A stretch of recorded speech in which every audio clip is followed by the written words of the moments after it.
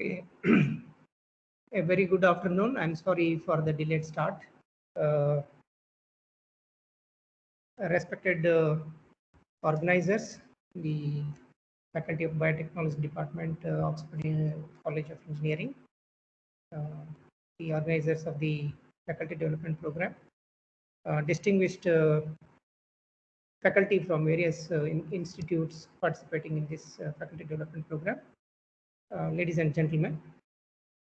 I am C.R. Patil, working as Professor of Agricultural Microbiology at the Institute of Organic Farming, University of Agricultural Sciences, Dharwad. In the last 11 years, I have been involved in training students, industrialists, for making them entrepreneurs in microbial inoculant production. Most of my presentation here is oriented towards, preparing our younger generation for startups and encouraging them to take up entrepreneurship. You will find that throughout my talk, for those of you who know microbiology, it is just maybe kind of repetition. Some slides will be repetition. For those of you who are new to this subject, I will also take this opportunity to introduce the microorganisms and tell you why they are so important and how they promise, avenues for entrepreneurship development in the current era. Okay, I must tell you that India is self-sufficient in its food production and food grain production. Currently, our status of food grain, we are able to produce about 297 million tons of food grains from about 142 to 150 million hectares of land. About 45-50% of this is irrigated, and 68% of our population is actually engaged in this, and the activity contributes to about 14% of GDP, which clearly indicates the significance of this industry. And I'm going to talk to you about what are the demands in modern agriculture and how the technologies are going to revolutionize this. In fact, this food production is coming from about 783 lakh metric tons of synthetic chemical fertilizer. That is the requirement of chemical fertilizers. About 45,000 metric tons of active molecules of synthetic pesticide. When I say active molecules, I mean the active ingredient. About 80,000 tons of biofertilizers, and around 700 metric tons of biopesticides. Now, although India produces so much of the inputs in agriculture, now you can see globally we are fourth largest producers, but in terms of consumption, we are far away from even tiny countries like Taiwan. China is a big consumer. Even countries like USA, Korea, France, and UK, our consumption of pesticide is very low, at the rate of 0.6 kg per hectare, which means that we are actually using less than what is actually to be used. And I will try to address some of the issues connected to this. Now, you must also remember, if you look at the pesticide or crop protection market in India, most of it is like insecticide. About 60% is insecticides, and a good amount is also fungicides. Of late, herbicides are playing a lot of importance, but you can see this biopesticides very marginal, about 3%. In fact, globally it is about 1% only. In India, it is about 3%.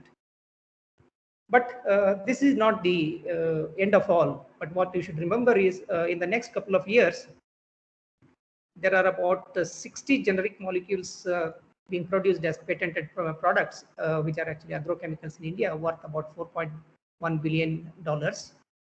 And they are going to go out of IPR issues. That means they are going to be available for public domain, which means that this can be produced by anybody, and the property rights will go away. And our top 6 countries, which are neighboring countries, import about 44% of the Indian produce of the biopesticides.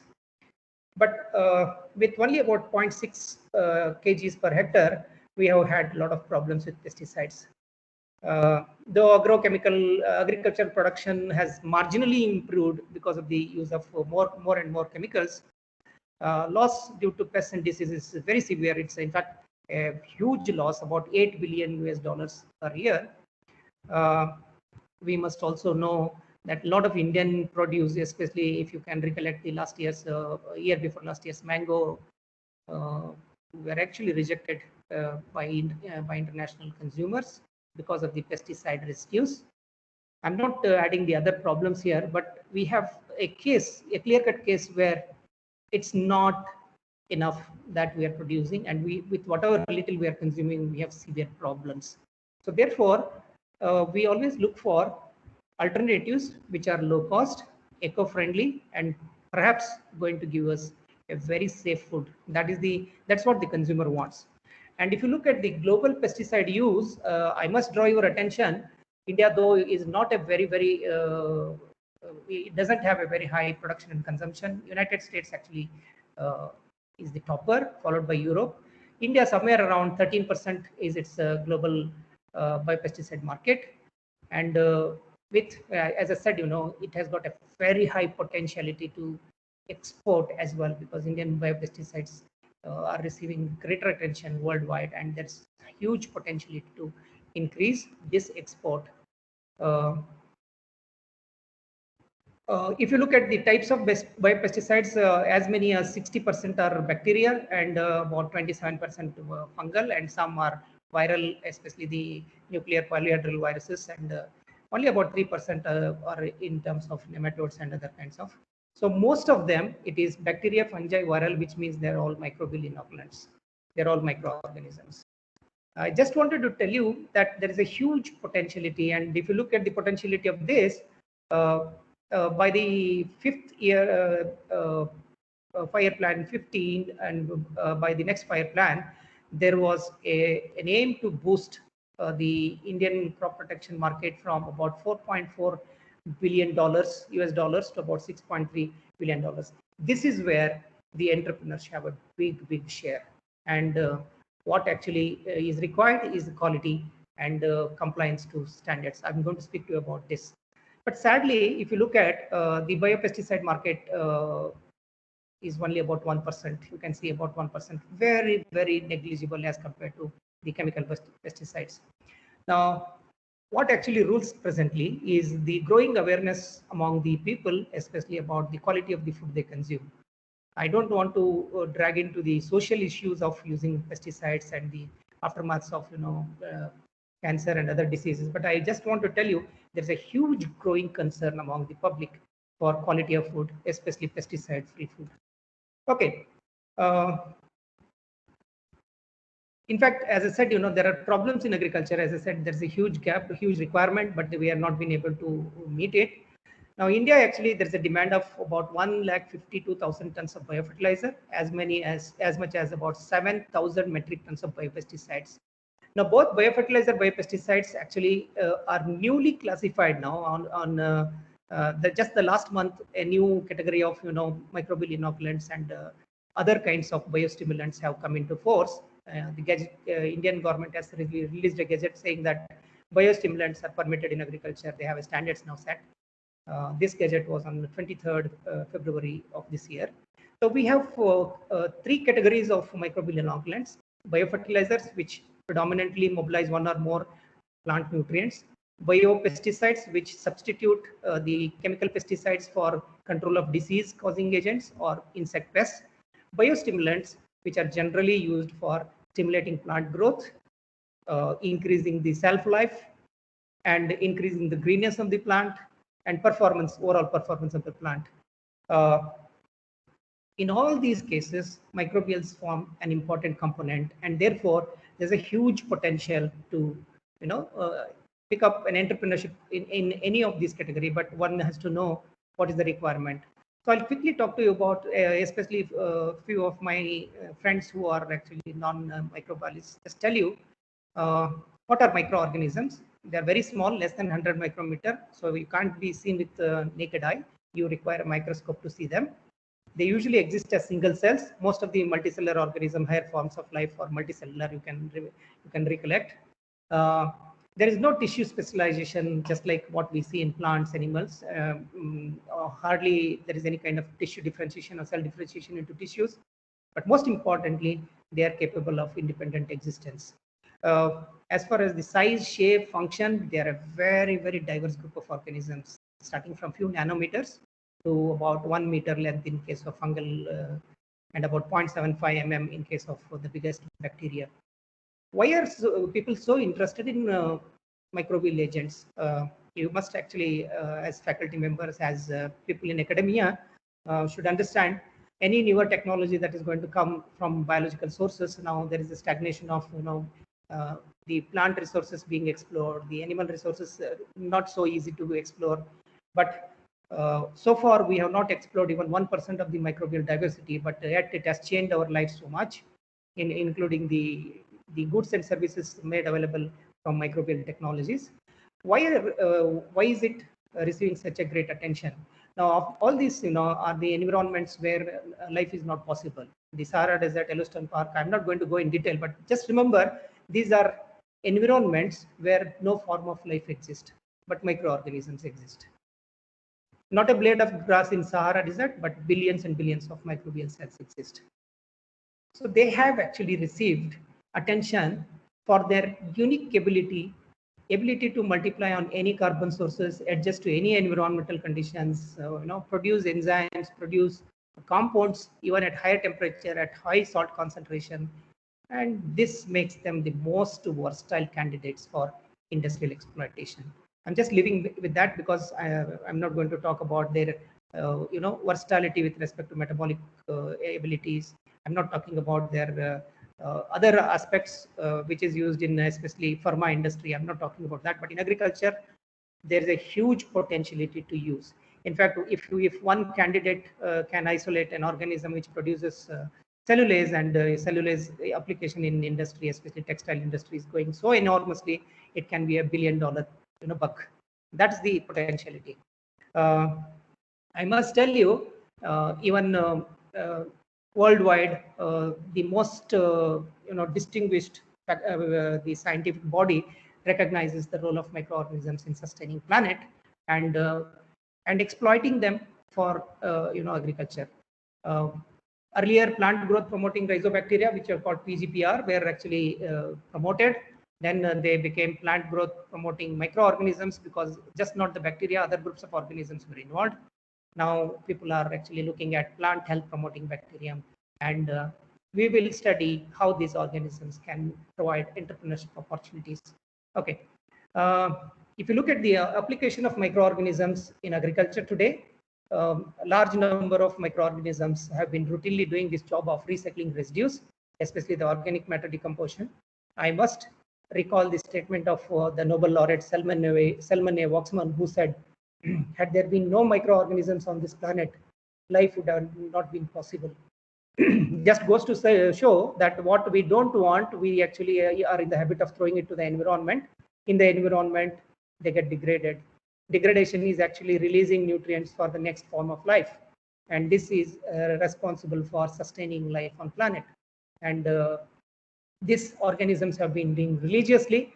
You must have read a number of papers now. Government of India is actually encouraging a lot of startups for using crop residues for recycling on the farm, because a lot of crop residues are burnt and there is huge environmental pollution, and therefore there is a huge responsibility on the academia to look for candidates who can actually reduce the rate of decomposition, or the time of decomposition, and develop technologies in that. A number of them actually plant growth promoting microorganisms.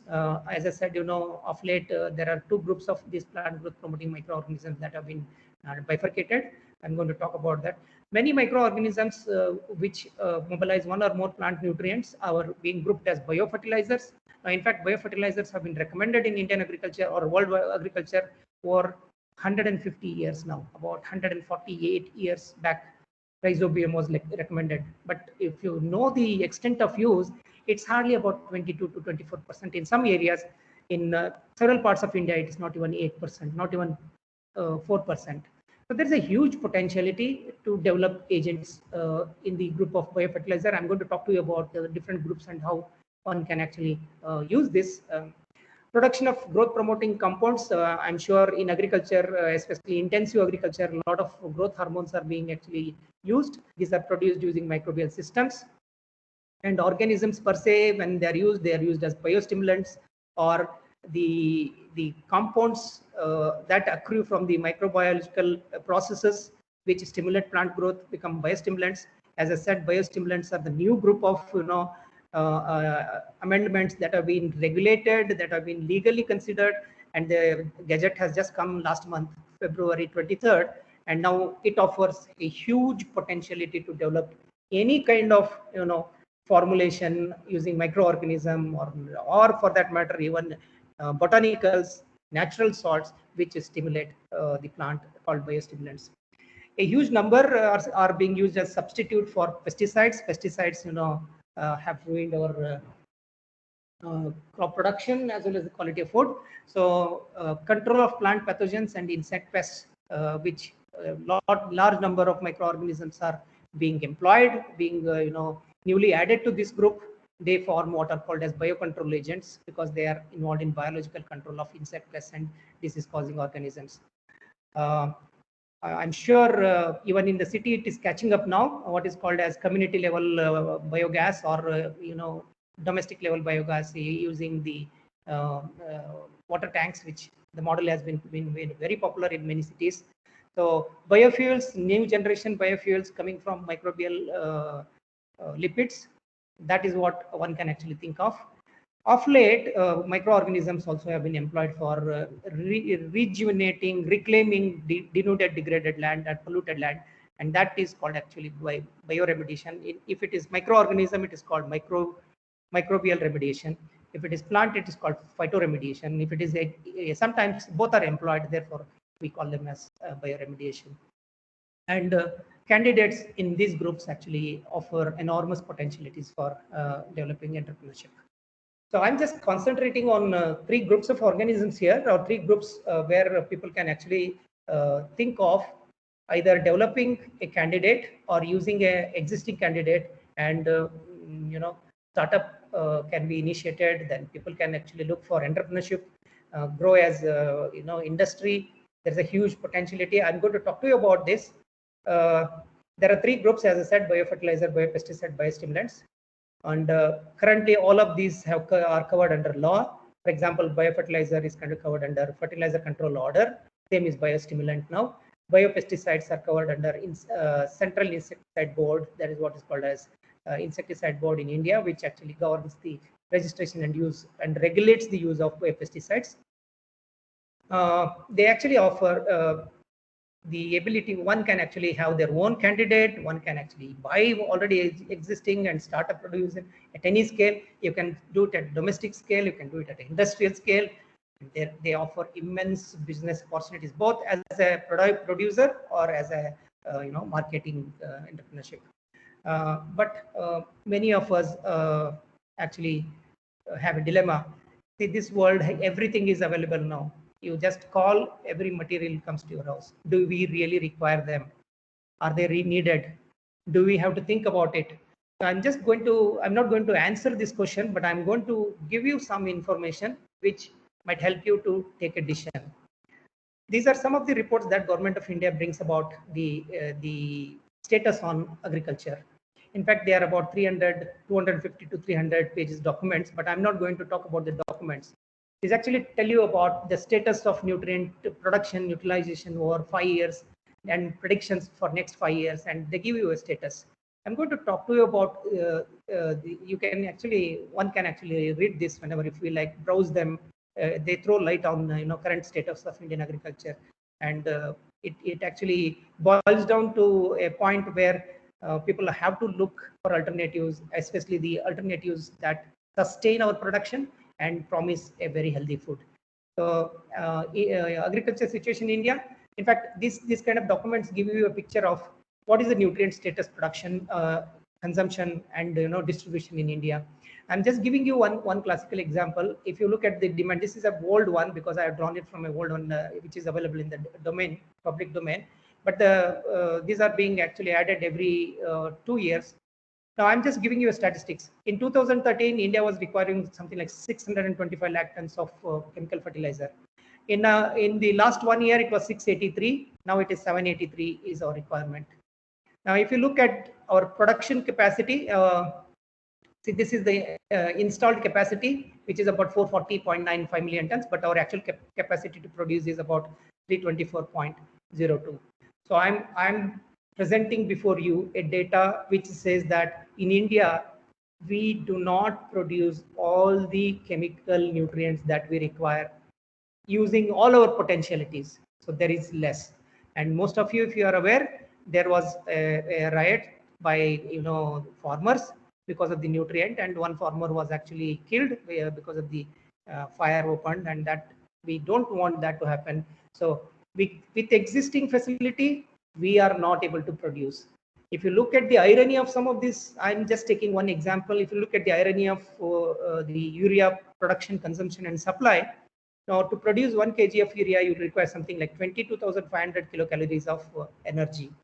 Now, this is a huge energy, and if you work out if you try to convert it into work hours, it means that a 24-hour horsepower engine, if it runs continuously for about 1 hour or 1 hour 15 minutes, the quantity of fuel consumed by this engine is equivalent to production of 1 kg of urea. Now, 1 kg of urea, right now the prices are subsidized, and there are other stories that I'm not going to touch. But remember, okay, the other aspect of this, if you apply 100 kg urea, only 46 kg nitrogen is made available, and the best crop uptake is about 35%. 65% is lost.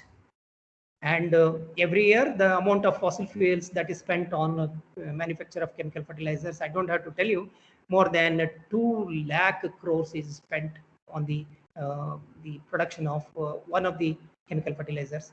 And I think it is time. If you, some of you might be attached to Indian agriculture. If you look at the gap in nutrient supply by our soil, every year through crop production, we are actually mining about 18 to 22 million tons of nutrients.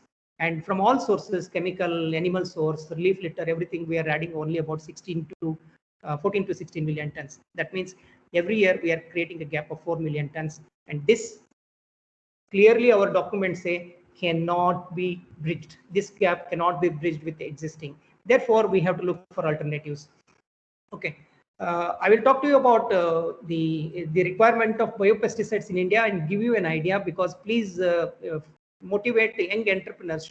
And I am trying to share my experiences, because many people who come to me, on an average about 5 to 6 people who come to me want to start up a biofertilizer, biopesticide industry, and do not know how to go about. And from my discussion with them, I'm just trying to present before you what kind of an information a startup person or an entrepreneur might require. So please, if it is useful, pass it on. Now, let's say in India, we have, as I said, the current market is about 23.92 million ton 2015. And it is expected to grow by, it is in millions now, it is expected to grow by billions. Okay. It only represents about 4.2% of the overall pesticide market in India. Okay, biopesticides actually. The data that I presented in globally is 1%. In India, it is 3%. 4.2% is because of the use of more number of biopesticides in the last couple of years than the chemical molecules. There are about 150 biopesticide producing companies in India. This is slightly, debatable issue, because many of them are not registered companies. There are issues about it, but we take it from the public domain, which has authentic information. There are about 227 biopesticides being registered in India, and the highest demand is was observed in West India, Maharashtra, followed by South India. And South India, it's very, very popular, very, very known technology. The microbial pesticides are heavily driven by Trichoderma. That is the largest selling biopesticide in India, followed by Pseudomonas fluorescens and Bacillus thuringiensis. And I must tell you, a new brand of biopesticides that I'm going to talk to you offer immense opportunities for entrepreneurship.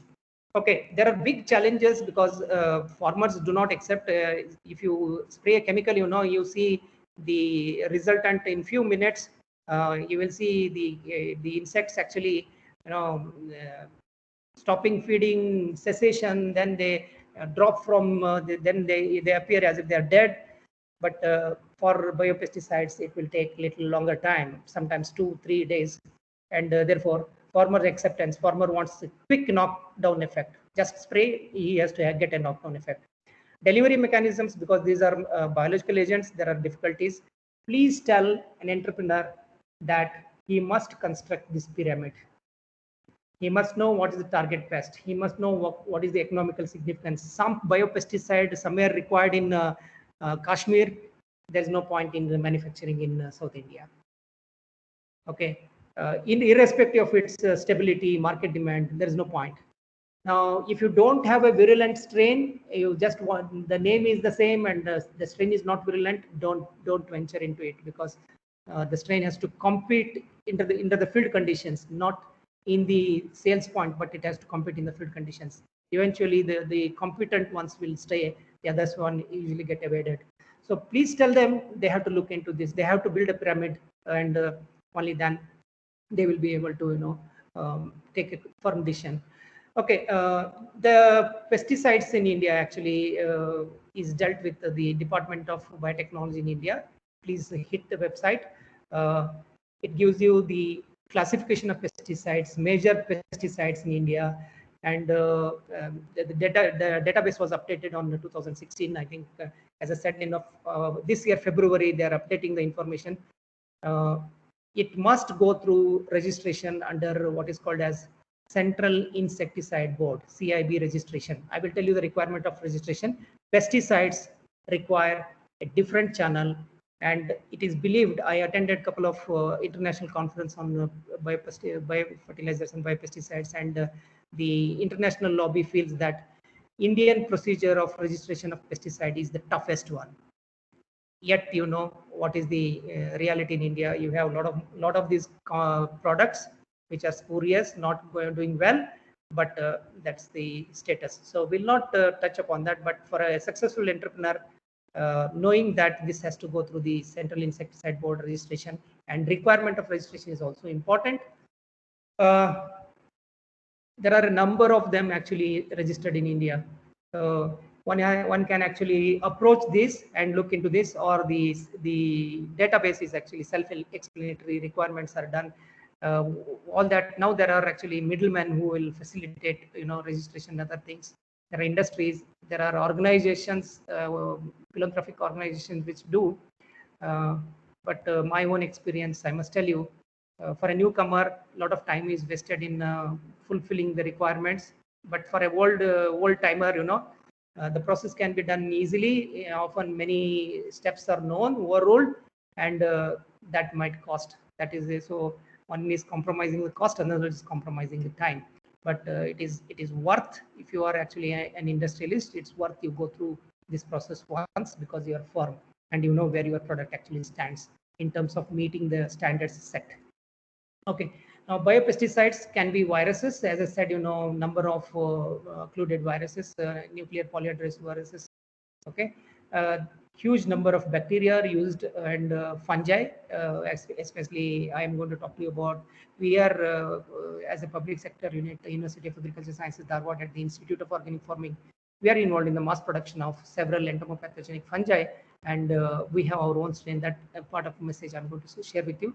A lot of opportunities as protozoans, number of protozoans are also used as pesticides, and of late nematicides, what are called as plant. This is nematodes as biocontrol is gaining actually because of their ability to survive in soil and tidal or unfavorable conditions. So it can be a spectrum of this. So one has to choose what is he going to do, because multiplication of each one of these or production of each one of these goes through a different protocol. Requirements are maybe 30-40% of the requirements might be good, but standardization, other things are unique to each organism. I'm sure those of people who are interested in developing entrepreneurship should have a thorough idea about what organism he has chosen or she has chosen, and how do you actually multiply it. That's important. We, in fact, at the institute have standardized procedure for a number of entomopathogenic and number of disease biocontrol agents against the plant diseases. Okay. The beauty is the market strength in India actually. Biofungicides, actually trichoderma, you go to any store now, trichoderma is a talk of the town. And unfortunately, you ask a farmer, he's not happy with what he buys. Until 2009, my lab was actually involved in the quality control. We were doing the quality analysis, and now it is actually the federal lab system has been taken up, and government actually does the quality control analysis. And you must meet the quality standards so that your product sells through and is acceptable. That is what you should actually do. And the onus on public sector units is to maintain a very high standards, high quality, so that the people are convinced about the products and the brand of biopesticides, so that their usage can be increased, the market share can be increased, and that's how new entrepreneurs actually can come into the play. At our institute, we have bioinsecticides, especially we have a strain of Beauveria bassiana, Metrrhizium anisupale, Verticillium lecani. Now it is called Lecanicillium lecani. And we do have Nomoria rilei. Now it is called as Metrrhizium rilei, our own strains, and we have been doing extremely well with these strains, and there's a huge demand. In fact, this is not the forum to share that kind of information. I'm just trying to tell you.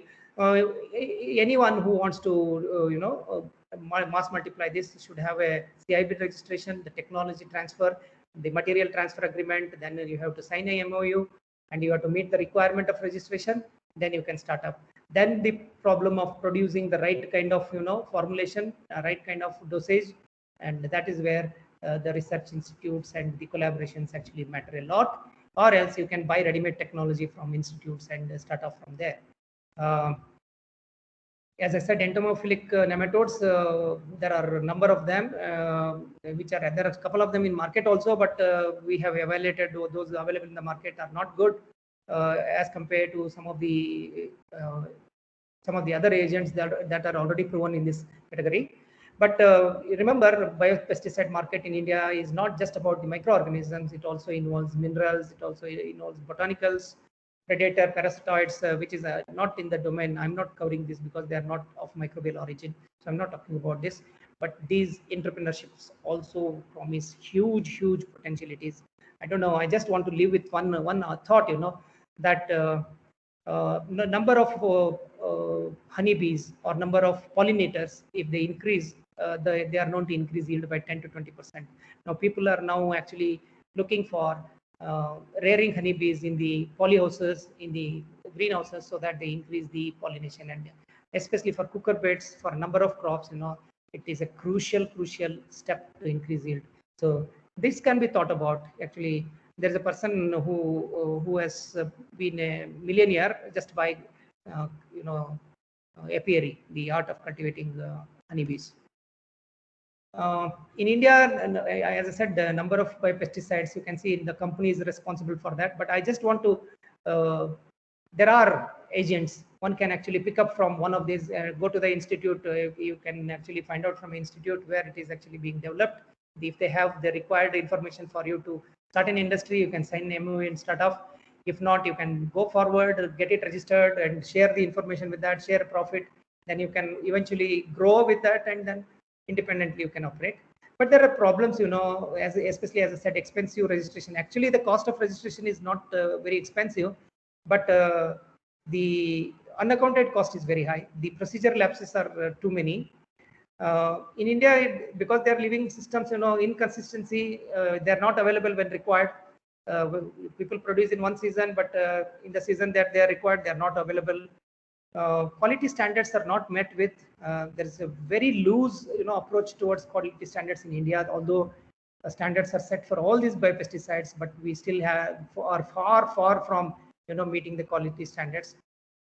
Of course, there is less awareness, but there is growing awareness. In our own institute, we find about 14 to 18% increase in the use of biopesticides over years. But for the last 2-3 years, because of the excessive rains or the COVID, even in COVID, I think we find that our sales are not seriously down. There are people who actually are using it. That is because of the quality of the product, the quality of the standards. Same thing. Now, as I said, you must actually standardize the quantity that is actually useful before you hook on, or before you actually decide on the quantity that you produce. What is the quantity to be used for effective control or effective results under the field conditions and the diverse agroecological conditions?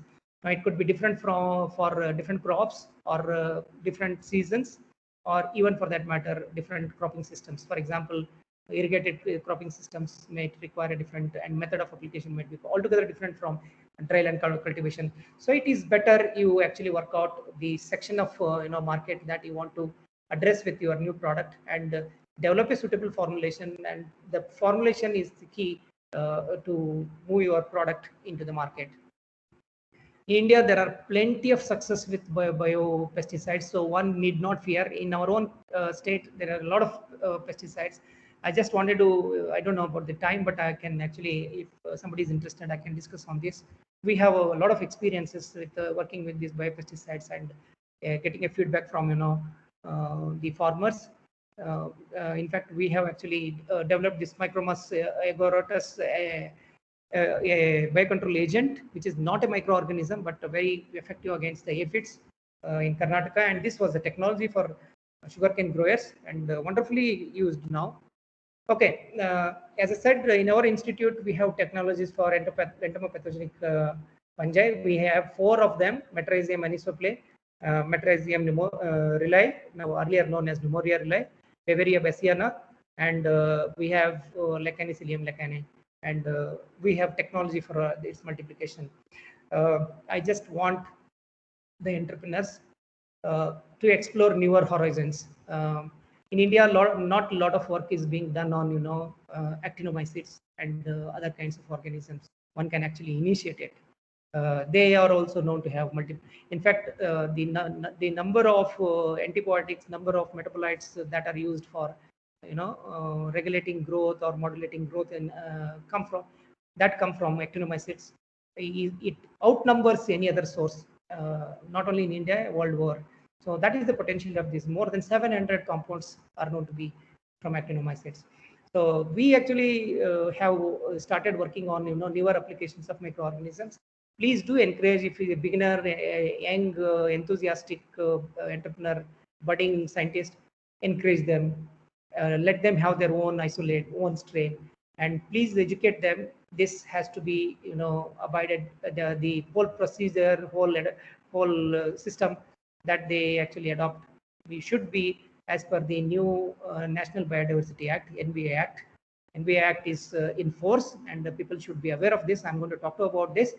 So when you want to own a strain, that is the best way. Own a strain, register it, have your own compounds identified, express the expression of the compounds, increase the production of compounds. Then you actually formulate them into a useful, useful carrier, then apply it. That's what is the key issue in developing a new product. But remember, before you do that, you must study the NBA Act. You approach what is called the State Biodiversity Board. State Biodiversity Board should actually permit you to access the natural biodiversity, whatever it is, including water, including soil, plant, microorganisms. So you need a permission to access them. If you are actually going to commercially exploit them, the clause are very strict, and they recommend. In fact, I also recommend. I underwent a couple of I participated in a couple of seminars on NBA, and I must tell you, we must tell the youngsters that these rules are very stringent, and they can be really bad if you do not follow them in the initial stage. There is what is called accession and benefit sharing. When you actually isolate a new strain and identify it as a potential bug for control or whatever product you want to develop, and when you start doing a business out of it, there is clear-cut clause in this that you will have to share your benefit. You have to take permission for accession. You will have to share benefits with the local organization or with the State Biodiversity Board. When you commercialize, part of the commercialization share should also go to here. IPR issues, because India is now looking out for all its potential intellectual property rights to be protected, and it encourages every scientist, every individual to honor and go through the procedure of protecting their intellectual property. And one must protect because it gives you a leverage and accession and a control over your product compared, and nobody can actually copy it. That is what it is. So in our case, we have our own bugs. As I said, we have isolated these are results of 10 to 12 years of hard core research, isolation, characterization, field testing, fingerprinting, all that. Please encourage, if they are beginners and if they are having their own bug, please encourage them to have a fingerprint. Fingerprinting is very much required. In fact, they have to submit the strain now into 2 databases in India, what are called cultural collections. That's a prerequisite. They must have the fingerprinting, DNA fingerprinting, as well as the pure cultures have to be deposited. Please tell them this is a requirement. Now, in our own case, what we did is we developed a newer formulation. For example, our granular formulation reduced the inoculum by half. Earlier, we were actually recommending 5 kg per acre. Now it is only 2.5 kg with granular. With our liquid-based formulation, though very successful, but not in the commercial domain now, we were able to reduce the quantity of, or the dose of pesticide, biopesticide required for effective control much less. And that is the beauty about, as I said, working out your own organism, working out your own protocols, and so on. Please tell them if you are working with biopesticides, there are what are called as requirement for registration with the Central Insecticide Board. You need to identify that, you need to fingerprint them and deposit into cultural repository. That's what I said. You have to have a bioefficacy studies for 3 regions for 2 years and in 3 locations. So that means a lot of evaluation has to be done. Ecotoxicological studies, especially on vertebrates and other things. This data is very vital to register the product. All other procedures are very similar to the chemical pesticides. Registration of biostimulants as per the recent Gazette March 2021. Although the procedure is said to be similar, I think the new guidelines for biostimulants, because biostimulants also require ecotoxicological studies, bioefficacy studies, and so on. So the new guidelines will be soon available in the public domain. I think the Gazette has already come. So once Gazette comes, it is available, and I think anyone who is taking up this entrepreneurship should comply to that. Okay, I will talk to you about the next group of microbial inoculants that are actually. So I talked to you about biopesticides and biofertilizers. Are the microbial agents that mobilize one or more plant nutrients when applied to soil, seed, or any part of the plant, and they help to substitute partially or completely chemical fertilizers. And these were actually earlier just randomly used, but in 2009 they were covered under the fertilizer control order. Once they are covered under fertilizer control order, there are regulations for these products. Okay. The current usage in India is about 22 to 24% area is being covered with biofertilizers, and this is increasing at the rate of 8 to 10%. That's what I said. We actually monitor our product, and we actually work out the spread and increase every year and report this to the agencies at the center, so that some good database is actually built for the public use. Although global biofertilizer market is estimated to be around 535.8 million in 2014, and it's about 2.3 billion US dollars in 2018. It is known to increase up to 2.65 billions by about an year or two, and is expected to have a cumulative aggregate growth rate of 14.42%. Means that every year it is going to increase by 14.42%.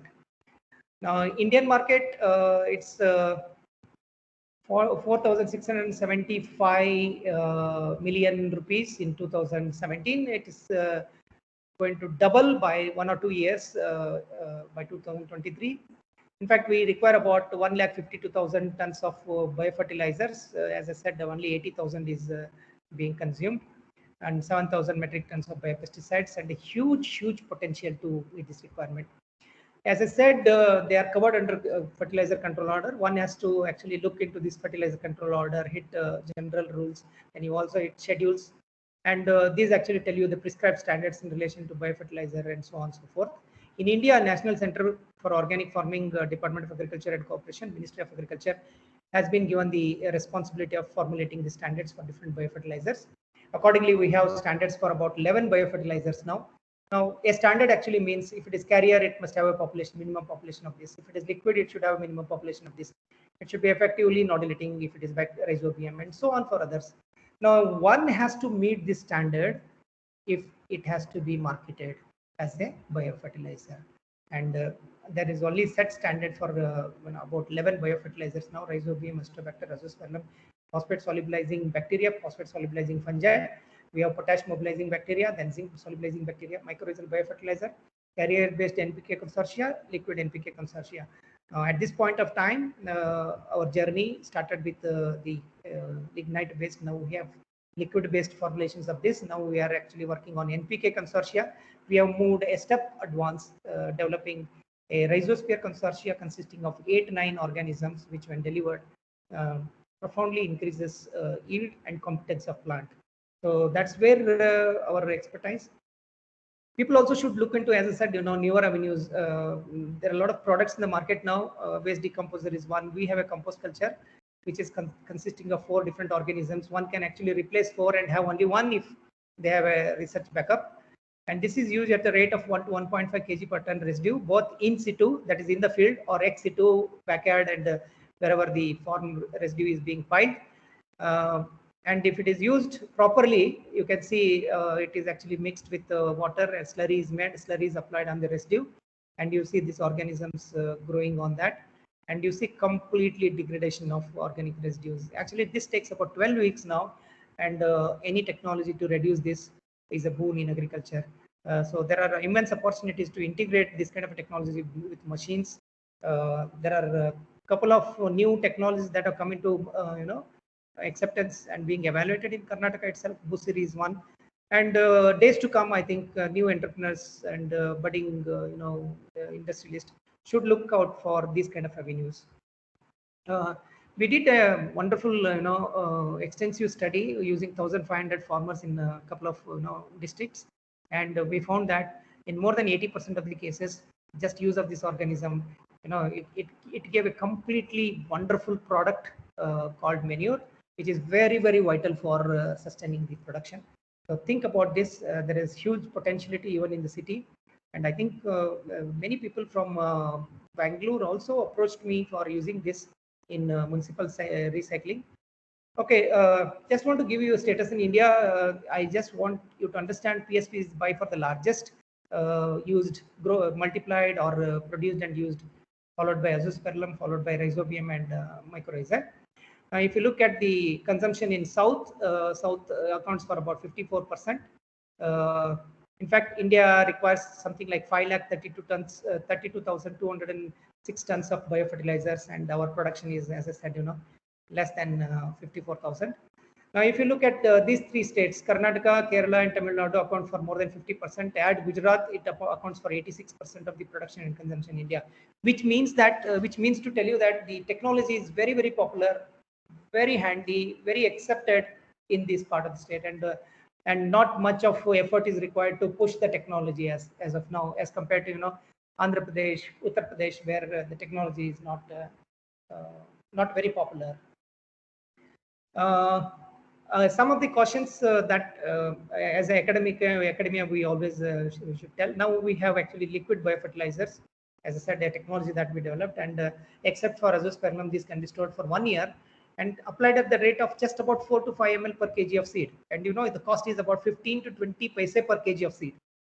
Increasing that, it results in about 7 to 8% increase in yield, which is about roughly about 4,000 to 12,000 depending on the crop. So these are low cost, eco-friendly, sustainable approaches for nutrient management. And I think days to come, as I said, public awareness about the quality of food and the quality of produce that they are consuming will change their acceptance of this kind of technologies, and might see a sea change in the adoption of this kind of technology. There are definitely very many challenges. You do not have a constant demand and supply. Actually, when there is a demand, there is no supply. When there is a supply, there is no demand. That is what is the chain. which is disrupted. The biggest problem is we don't have an assured quality, therefore farmers' acceptability is very, very poor. In fact, we must recommend different biofertilizer to different crops. Now we must have one product for all the crops. That's what is the technology-driven innovations that demand the application of this kind of innovative technologies in agriculture. Timely availability, as I said, when farmer is about to buy a seed, it should be available along with the seed. He should not go to buy seed in one place and biofertilizer in another place and so on. Cost effectiveness is another. Field efficacy, many are very good in laboratory, but they don't perform in the field. So we must actually have a product which is having broad applicability in field. Survivability in soil, because if you have continuously applied 2-3 years, maybe 1 year, 2 year holidays can be given. We must develop formulations that are easy to transport. See, instead of transporting 10 kgs, if one can carry about 100 ml or 50 ml, it's very easy to transport, very easy to carry, and we must also standardize application methods. Okay, next time when we step onto the soil, I wanted to know it's all about the biological life in soil. When you step on soil, remember so many creatures are below your step. If they live, we live. And our current drive in agriculture is to re-establish all these eco-friendly, farmer-friendly creatures so that they live and allow us, and therefore we live. Okay, thank you. I have finished, and if there are any questions I can take.